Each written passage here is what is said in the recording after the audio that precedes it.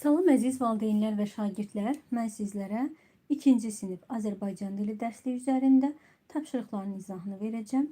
İlk tapşırıqdan başlayaq. Şəkildə gördüklərinizin haqqında danışın. Görürük ki, şəkildə nə əks olunub? Təbiət hadisələrindən danışılır. Təbiət hadisələrinə uyğun olaraq şəkillər verilmişdir. Birinci şəkildə baxırıq ki, şimşək çaxır, hava buludludur, şimşək çaxır. İkinci şəkildə qar yağır, ətraf hər yer ağappaq qara bürünmüşdür. Üçüncü şəkildə yağış yağır. Dördüncü şəkildə görürük ki, fırtına baş vermişdir. Sonda da dolu yağdığını görürük. C tapşırığına baxaq. Mətni oxuyun. Mətndəki obrazların adlarını qeyd edin. Mətnimizin adı kim daha güclüdür? Mətnimizi səsləndirək. Bir gün günəş və külək bir-biri ilə mübahisə etdilər. Külək dedi: "Mən daha güclüyəm. İnsanlar məndən qorxurlar." Günəş onun sözlərinə güldü. Bu zaman yol ilə bir kişi gedirdi. Onun əynində pencək var idi. Külək günəşə dedi: "Gəl gücümüzü yoxlayaq. Kim kişinin əynindəki pencəyi çıxarsa, o daha güclüdür." Onlar razılaşdılar. Külək şiddətlə əsməyə başladı. Bu zaman kişi bərk pencəyini büründü. Bundan sonra günəş öz yüzünü göstərməyə başladı. Onun şüaları hər yeri qızdırdı.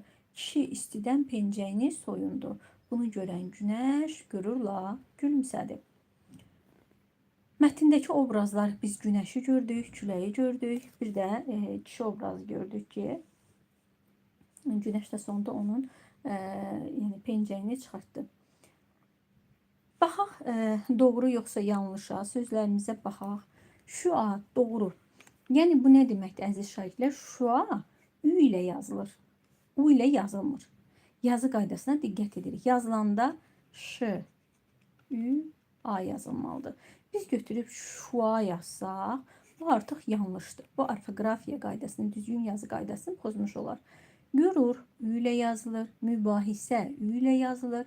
Nümunə, ü ilə yazılan sözdür. Zürafə də üdür. Yəni u deyil. U yazsaq yanlış olar. C tapşırığına baxaq.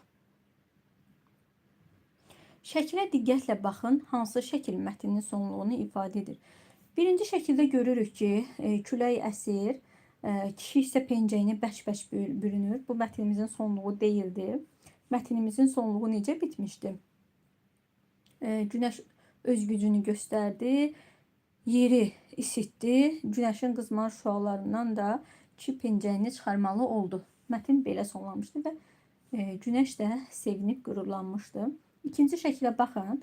Diqqət edirik ki, kişi pencəyini çıxarıb ağacın altında oturub və günəş də gülümsüyür.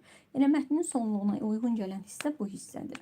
Növbəti səhifədə olan tapşırıqlara baxaq. 59-a. A tapşırığına baxaq. Günəş mətnini oxuyaq. Aydın bir səhər vaxtı başınızı qaldırıb səmaya baxın. Siz parlaq şüa saçan günəşi görəcəksiniz. Əslində günəş ulduzdur. Gecə göydə gördüyümüz digər ulduzlar kimi. Günəş onlara nisbətən yerə daha yaxındır. Ona görə də daha böyük görünür. Günəş yerə istilik və işıq verən səma cismidir. Günəş olmasa yer üzündə heç bir canlı yaşaya bilməz. Hər tərəf qaranlıq olar. B tapşırığına diqqət edirik. Günəş mətninə dair 3 sual tərtib edin. Mətnimizi oxuduqdan sonra əziz şagirdlər, müstəqil şəkildə suallar tərtib edə bilərsiniz. Bu artıq sizin təfəkkürünüzü inkişaf etdirmək üçündür. Məsəl üçün, mətni oxuyub mətnin əsasında sual tərtib edə bilərsiniz ki, günəş niyə ulduzlara nisbətən böyük görünür? Bu mətnimizdə yer alıb, cavabını da tapa bilərsiniz. Günəş olmasa, yəni nə baş verərdi? Əgər yer üzündə günəş olmasa, necə olardı? Nə baş verərdi? Günəş necə bir cisimdir? Bu sualları və yaxud da digər fərqli suallar tərtib edə bilərsiniz. Baxaq, C tapşırığında bizə deyir, oxuduğunuz mətnlərdən hansı günəş haqqında daha çox məlumat verir sizə. Biz günəş haqqında, küləklə günəşin, yəni kim daha güclüdür mətnində külək və günəş haqqında oxuduq. Həmçinin də günəş haqqında da ayrı xüsusi bir mətn oxuduq. Hansında daha çox məlumat əldə etdik? Əlbəttə ki, günəş mətnində günəş haqqında daha çox məlumat əldə etmiş olduq. Mətnlər haqqında bizə məlumat verib, mətnlər iki yerə bölünür. Bədii mətnlər informativ mətnlər. Mətnlərin yəni iki növü var. Bədii mətin, informativ mətin. Bədii mətin nədir? Şeir, nağıl, hekayə və s. Bədii mətnlərdə heyvanlar, quşlar, hətta cansız əşyalar belə dil açıb danışa bilirlər. Bunlar bədii mətindir. Məsəl üçün, bundan əvvəl səsləndirdiyim Kim daha güclüdür mətndə Külək və Günəş danışır, bir-biri ilə mübahisə edir. Külək, Günəş danışa bilərmi? Əlbəttə ki, xeyr, danışa bilmir. Danışmaq insana məxsusdur. Biz də öyrəndik ki, bədii mətndə cansız varlıqlar danışa bilirlər. Yəni danışmayanların danışması varsa bir mətndə, bilin ki, o bədii mətindir. Kim daha güclüdür mətndə buradan aydın görünür ki, bədii mətindir. İnformativ mətnlər bilik, məlumat vermək üçün yazılmış mətindir. Faktlar üstünlük təşkil edir. Məsələn, ikinci mətin səsləndirdik, Günəş mətni. Burada Günəş haqqında bizə məlumat verdi ki, Günəş yerə istilik və işıq verən səma cismidir. Günəş yerə yaxın olduğu üçün ulduzlardan daha böyük görünür. Günəş olmasa yer üzündə heç bir canlı ola bilməz. Burada artıq nədir? Faktlar var. İnformativ mətindir. Bu həqiqətən də belədir. Yəni ikinci mətnimiz isə olacaq informativ mətin. Ç tapşırığında deyir, mətndə nümunələr gətirməklə verilmiş fikirləri əsaslandırın. Kim daha güclüdür? Bədii mətindir. Biz artıq bunu əsaslandırdıq. Kim daha güclüdür mətndə gördük ki, külək, günəş danışır. Onların danışması, cansız varlıqların danışması, dilə gəlməsi artıq olur bədii mətin. İkinci mətndə deyir, Günəş informativ mətindir. Bunu da biz artıq əsaslandırmış olduq. İzah etdim ki, bizə konkret faktlar verib ki, Günəş yerə daha yaxındır ulduzlardan. İstilik və işıq verən səma cismidir. Günəş olmasa yer üzü qaranlıq olar. Bunlar isə artıq faktlardır. D tapşırığında bizə nələr deyir? Suallar əsasında fəsillər haqqında informativ mətn hazırlayın. İnformativ mətn hazırlamaq deyir. İlin fəsilləri hansılardır? Hansı fəsillərdə gecə ilə gündüz bərabərləşir? Fəsillərdə hava necə dəyişir? Biz bilirik ki, ilin 4 fəsli var. Yaz, yay, payız, qış. Hansı fəsillərdədir gecə gündüz bərabər olur? Hansı fəsillərdə gecə gündüz bərabər olur? Yaz və payızda gecə gündüz bərabərliyi yaranır. Sonra fəsillər haqqında nə deyə bilərik? Fəsillərdə havalar necə dəyişir? Yaz fəslində məsələn yağışlar yağmağa başlayır, təbiət oyanır, ətraf yaşıllıq olur, ağaclar çiçək açır. Bəzi meyvələr də var ki, onlar yazda yetişir. Yayda da daha çox meyvələr yetişir. Ətraf yaşıllıq olur, hava daha qızmar olur, isti olur. Artıq payızda nə baş verir? Payızda bilirik ki, ətraf artıq qızıl rəngə boyanır. Yarpaqlar saralıb tökülməyə başlayır. Qışda isə havalar daha soyuq olur, qar yağır, dolu yağır, çovğun olur.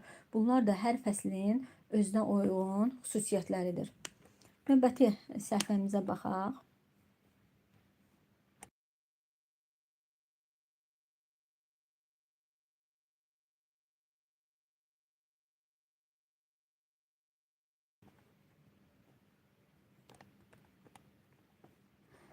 Səhifə 60-da olan tapşırıqlarla davam edirik. Səhifə 60-da bizdən nə soruşulur?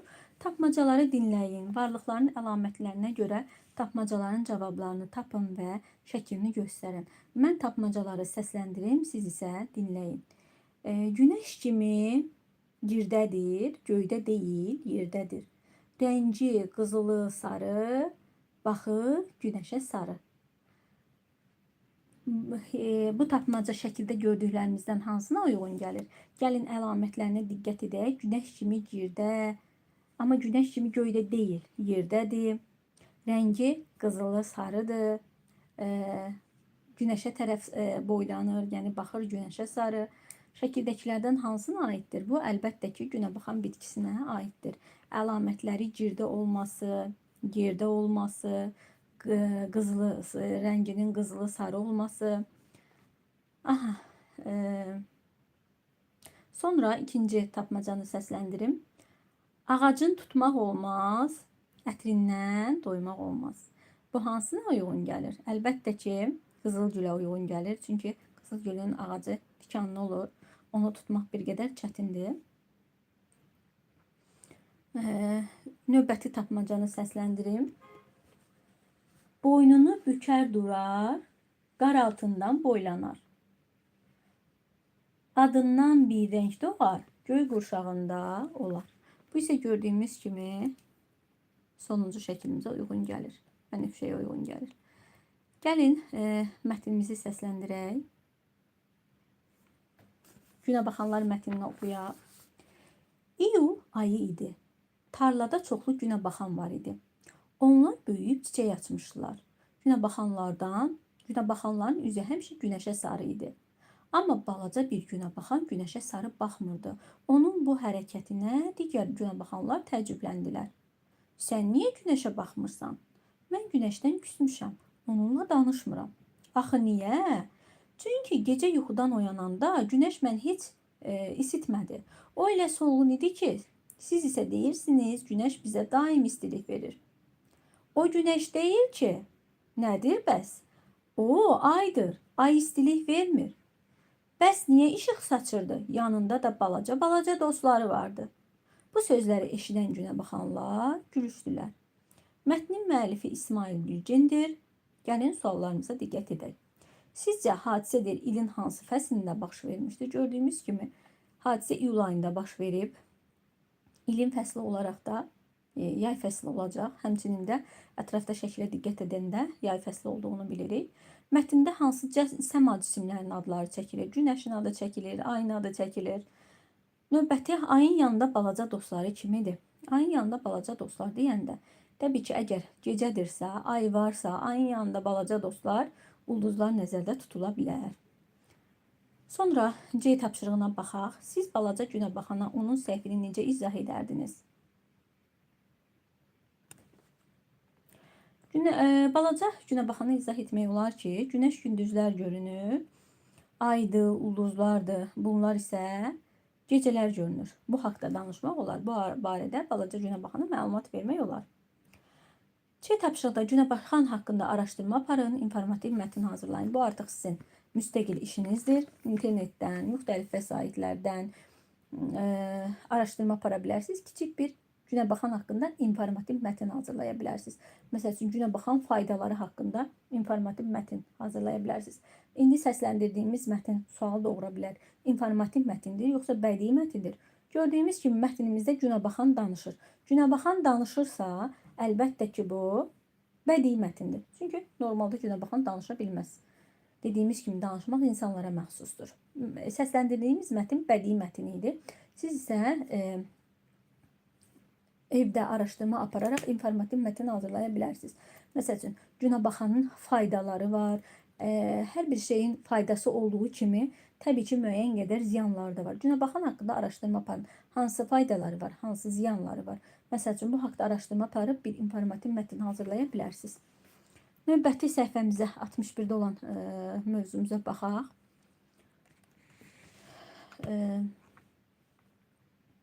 Günə baxanlar mətnində göy və qırmızı rənglə verilmiş cümlələrin hansı obraza aid olduğunu müəyyən edin.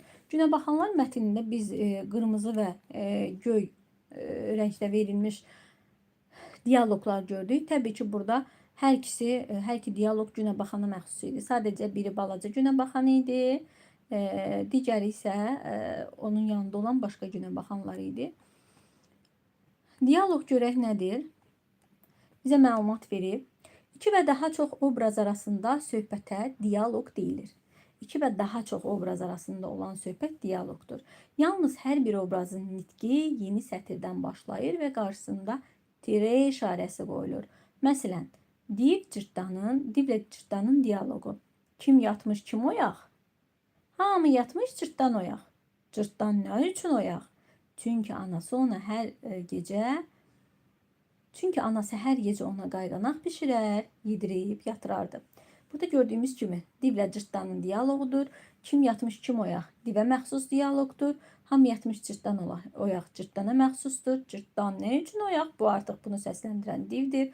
Çünki anası hər gecə ona qayğanaq bişirər, yedirib yatırardı. Bu isə cırtdana məxsus sözlərdir, cırtdanın diyaloqudur. Bir də əziz şagirdlər, tire işarəsi ilə defs işarəsini qarışdırmayın.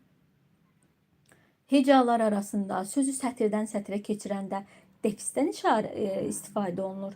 Amma tire işarəsindən nə zaman istifadə olunur? Diyaloqlar arasında. Baxın, həmçinin Tire işarəsi defsə nisbətən bir qədər daha böyükdür, daha uzundur. Bunları qarışdırmayaq. B tapşırığına baxaq. Dinlədiyiniz mətndə aşağıdakı parçanı köçürün. Buraxılmış durğu işarələrini yazın. Günəbaxanlar mətninin digər hissəsi, ikinci hissəsi kanalımızda səsləndirilmişdir. Həmin mətni dinləyərək siz tapşırığı yerinə yetirə bilərsiniz. Əvvəlcə mətni dinləyə bilərsiniz. Orada olan diyaloqun bir hissəsi verilmişdir burada. Deyir, Günəş dedi, sənə nə olub Günəbaxan, yaman kədərli görünürsən. Mən səndən küsmüşəm. Baxın, burada bu söz Günəbaxana aid diyaloqdur. Ona görə qabanda, diyaloqun qabanda tire işarəsi qoyulacaq, sonda isə nöqtə. Nə üçün? Bax, bunu deyən Günəşdir. Günəşin sözün qabağına tire qoyuruq. Nə üçün? Sual verir. Sonra isə sual işarəsi. Gecə oyananda yanımda deyildin. Günəbaxana məxsus sözdür, diyaloqdur, tire qoyuruq. Sonda isə nöqtə qoymalıyıq. Axı, ay və ulduzlar yanında idi. Günəşə məxsus sözdür, yeni diyaloqdur. Tire yazdıq qarşısında və sonda da nöqtə işarəsi uyğun gəlir. C tapşırığına baxaq. Göy rənglə verilmiş sözləri düzgün yazmaqla cümlələri köçürün. Baxaq. Göy rənglə verilmiş sözlərə diqqət etsək, görərik ki, Günəbaxanlar mübahisə etdilər. Burada mübahisə sözündə diqqət edirik ki, ü-nün üstündə nöqtələr olmalıdır. U yazıb, ü olmalıdır. Bayaq qeyd etdik ki, mübahisə yazılmalıdır. Siz düzgün yazaraq dəftərinizdə qeyd edirsiniz. Balaca Günəbaxan qürurla göyə baxdı. Qürurla ü ilə yazılır. Zürafə ən uzun boy heyvandır. Zürafə ü ilə yazılır. Burada isə səhv yazmışdır. U ilə yazmışdır. Aytən mətndən nümunə seçdi. Nümunə n-ü. Birinci hecada üdür. İkinci udur. Nümunə. Növbəti səhifədə olan tapşırığımıza baxaq.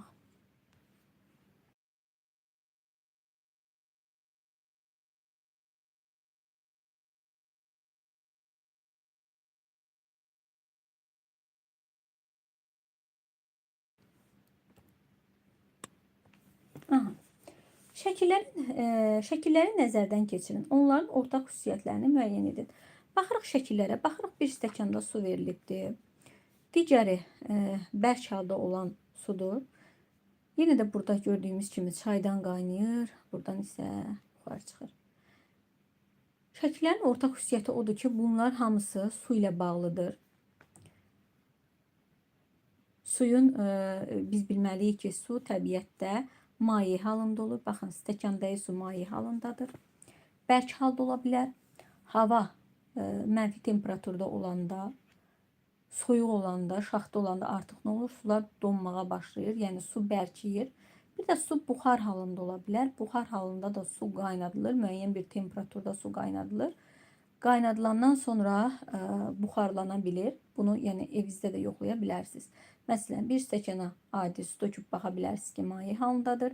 Həmin suyu soyuducuya qoyub müəyyən mənfi temperaturda saxlayıb, buz yerində saxlayıb görərsiniz ki, su bərk hala çevrildi və çaydan da qaynayan suya da diqqət etsəz görərsiniz ki, su həmçinin buxar halında da ola bilir. B tapşırığında nə deyir? Su damcısının hekayəsini dinləyin. Mətin və aşağıdakı şəkillər əsasında təbiətdə suyun dövranı haqqında danışın. Su damcısının hekayəsi mətnində kanalımızda səsləndirmişik. Mətni dinləyə bilərsiniz və suyun dövrü haqqında özünüz danışa bilərsiniz. C tapşırığına baxaq. Cümlələrlə işarələri uyğunlaşdırın, baxaq. Hava günəşli olacaq. Hava günəşli olacaq. Biz günəşli havanı burada harda görürük? B-də. Uyğun gəlir B-yə. Hava tutulub açılacaq. Havanın tutulub açılması harda təsvir olunmuşdur? Görürük ki, C-də. Həm günəş var, həm bulut var. Bu demək ki, hava həm tutulacaq, bulutlu olacaq, həm də günəş çıxacaq. Qar yağacaq. Qarın yağdığını biz E-dəki şəkildə görürük. Baxın, qar yağır. Uyğun gəlir E-yə. Yağış gözlənilir. Yağışın gözlənilməsi uyğun gəlir A-ya. Çünki A-dəyi şəkildə görürük. Yağış işarəsi var bu adı. Aha, hava buludlu olacaq. Buludlu olması uyğun gəlir C-yə. İldırım çaxacaq isə qeydə olan tapşırıqda görürük ki, ildırım çaxır.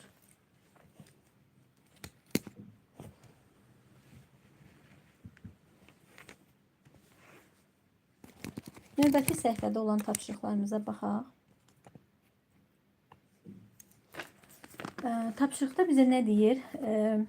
Cümlələri uyğun gələn hərəkətlərlə birləşdirin.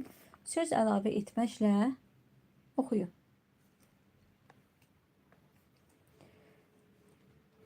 Dünən güclü yağış yağdı. İndi güclü yağış yağır. Birləşdirib özü.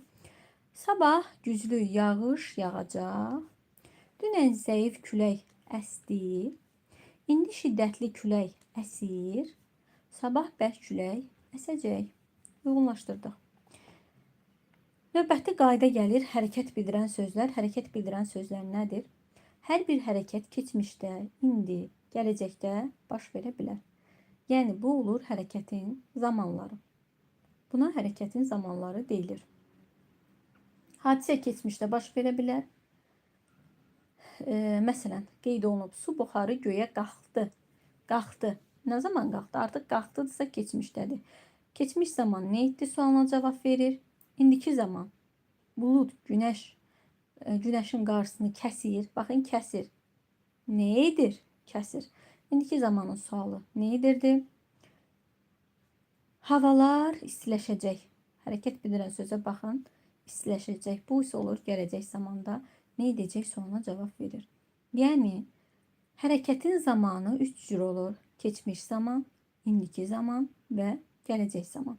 Keçmiş zaman nə etdi sualına cavab verir. İndiki zamanda olan hərəkət bildirən sözlər nə edir sualına cavab verir. Gələcək zamanda da nə edəcək sualına cavab verir. Keçmiş zamanda olan hadisə artıq keçmiş zaman deyəndə hadisə olub bitib, qalıb keçmişdə.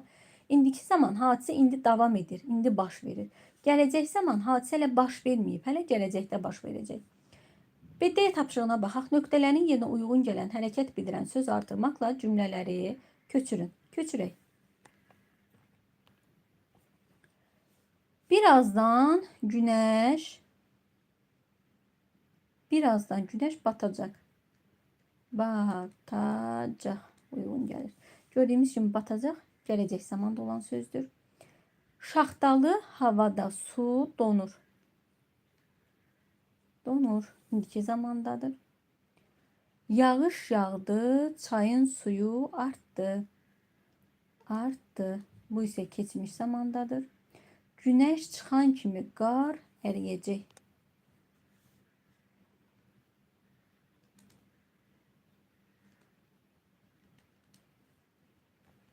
Aha. Növbəti ev tapşırığında olan tapşırığı yerinə yetirək. 3 gün ərzində hava durumu haqqında məlumatları televiziyadan izləyin. Nümunəyə əsasən təqdimat hazırlayın. Bu isə artıq sizin öz müstəqil yerinə yetirə biləcəyiniz bir tapşırıqdır. 3 gün ərzində havanın temperaturunu izləyin. Özünüz üçün bir təqdimat hazırlayın. Havanın necə dəyişdiyinə, hava şəraitinin necə dəyişdiyinə diqqət edin. Növbəti səhifədə olan tapşırıqlarımıza baxın.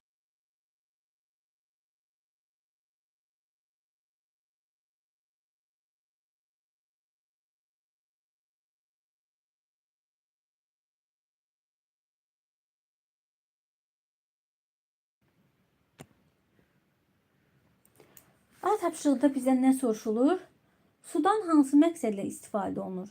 Şəkillər üzrə danışın. Şəkillərə diqqət edin. Biz görürük ki, balaca oğlanda suyu nə edir? Suyu içir. İkinci şəkildə baxırıq ki, əllər su ilə yuyulur. Üçüncü şəkildə baxırıq ki, bitkilərə su verilir. Bitkilər də su ilə qidalanır. Həmçinin üçüncü şəkildə heyvanın da su ilə qidalandığını görürük. Suallar tərtib edib bu haqda danışa bilərsiniz. Məsəl üçün, biz sudan necə istifadə edirik? Suyun ağaclara, heyvanlara hansı faydası var? Susuz yaşamaq olarmı? Su olmasaydı necə olardı? Bu haqda, bu suallar ətrafında danışa bilərsiniz şəkillər üzrə. Şeiri oxuyun, tanış olmayan sözləri qeyd edin. Şeirimizi oxuyaq. Möcüzələr yaradır həyatda hər damla su. Çiçək olub açılır yağışın hər damlası. Bir həyat çeşməsidir, çaylar, göllər, bulaqlar. Su olmasa neyləyər? Balinalar, balıqlar. Su olmasa quruyar, kollar, göllər, ağaclar. Gün altında qovrular, çiçəklənər yamazlar. Susuz qəribsəyərdir meşələr, dağlar, düzlər. Dünyamıza bəzəkdir okeanlar, dənizlər. Şeirin müəllifi Rafiq Yusufoğludur. C tapşırığına diqqət edək. Şeiri oxuyandan sonra şeirimizlə əlaqəli bir tapşırıqdır. Aşağıdakı cümlələri oxuyun. Cümlələri şeirin bəndləri ilə uyğunlaşdırın, uyğunlaşdıraq.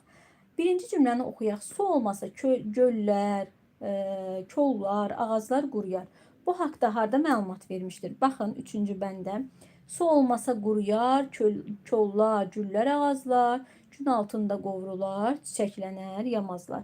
Demək ki, A uyğun gəlir şeirin 3-cü bəndinə.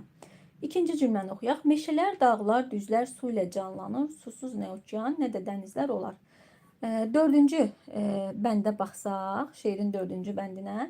Susuz qəribsəyərdir meşələr, dağlar, düzlər. Dünyamıza bəzəkdir okeanlar, dənizlər. 4-cü bəndə uyğun gəlir. 3-cü cümləni oxuyaq. Hər damla su bir möcüzə yaradır. Yağış yağanda hər tərəfdə çiçəklər açır. Bu isə uyğun gəlir şeirimizin 1-ci bəndinə. Baxın, diqqət edin. Möcüzələr yaradır həyatda hər damla su. Çiçəyi olub açılır yağışın hər damlası. Uyğun gəldi 1-ci bəndə. 4-cü cümləmizi oxuyaq. Çaylar, göllər, bulaqlar dünyamızın bəzəyidir. Susuz balıqlar, balinalar yaşaya bilməzdir. Bu isə uyğun gəlir. Bir həyat çeşməsidir. Çaylar, göllər, bulaqlar su olmasa neyləyər? Balinalar, balıqlar. Uyğun gəlir şeirin 2-ci bəndinə. Növbəti tapşırığa baxaq. Vergül işarəsi. Vergül işarəsi haqqında bizə qayda verib, məlumat verib. Cümlədə sadalanan sözlər arasında vergül işarəsi qoyulur. Məsələn, qaranquş, leylək, durna, bülbül, köçəri quşlardır. Baxın, diqqət edin cümləyə əziz şagirdlər. Yadınızda saxlayın ki, sadalanan sözlər arasında vergül olur. Bax, burada quşlar, qaranquşlar, leylək, durna, bülbül sadalanıbdır. 4 dənə söz sadalanıb, amma görürsünüz sonuncusunda vergül işarəsi yoxdur. Bax, söz sadalanarsa onların arasında vergül qoyulur, amma sonuncu sözdən sonra vergül qoyulmur. Bax, bunu yadınızda saxlayın. İndi gəlin C tapşırığına diqqət edək. Uyğun yerlərdə vergül işarəsi qoymaqla cümlələri tamamlayın. Gəlin tamamlayaq. Sözlər sadalanıb. Arı, kəpənək, qarışqa, ipək qurdu faydalı həşaratlardır. Baxın, neçə dənə söz sadalanıb? 4 dənə. Amma biz sonuncusunda vergül işarəsi qoymuruq. Arı, kəpənək, qarışqa. Vergül işarəsi bunlarda olur. Sonra ikinciyə baxaq. Alma ağ, sarı, yaşıl və qırmızı rəngdə olur. Alma, ağ, sarı, yaşıl və qırmızı. Burada artıq vergül işarəsi qoymuruq. Çünki və sözü özü vergülə əvəz edibdir. Vədən əvvəl sonra vergül ola bilməz. 3-ə baxaq. Toyuq, ördək, qaz ev quşlarıdır. Toyuq, ördək. 3 söz varsa ikisində vergül qoyuruq. Sonuncusunda vergül olmur. Okean, dəniz, göl, çay, su mənbələridir. Okean, dəniz, göl, çaydan sonra isə vergül olmayacaq. D tapşırığına baxaq. Şəkillərə baxaraq aşağıdakı plan üzrə danışın. Su mənbələri necə çirklənir? Suyun çirklənməsi nə ilə nəticələnir? Təbiətdə suyu qorumaq üçün nə etməliyik? Şəkillərə diqqət etsəz, su hövzəsinin qırağında çirkablar görürük. Suya çirkablar axıdılır. Bu haqda bir suallar əsasında mətn qurarsınız. Həmçinin asar sözlər verib çirkab suları, zavod və fabriklər, tullantılar. Mətn qura bilərik ki, su həyat üçün çox vacibdir. Ancaq su insanlar tərəfindən çirklənir. Zibillər, tullantılar suya axıdılır. Fabrik və zavodlardan çirkli sular çaylara, dənizlərə axıdılır. Bunun nəticəsində sular çirklənir. Suda yaşayan canlılar məhv olurlar. Buna görə də biz hamımız su özəllərini çirkablardan təmizləməliyik. Ətrafdakı zibilləri yığışdırmalıyıq. Bu cür bir mətn hazırlaya bilərsiniz. İzahlarımız bu qədər əziz şagirdlər.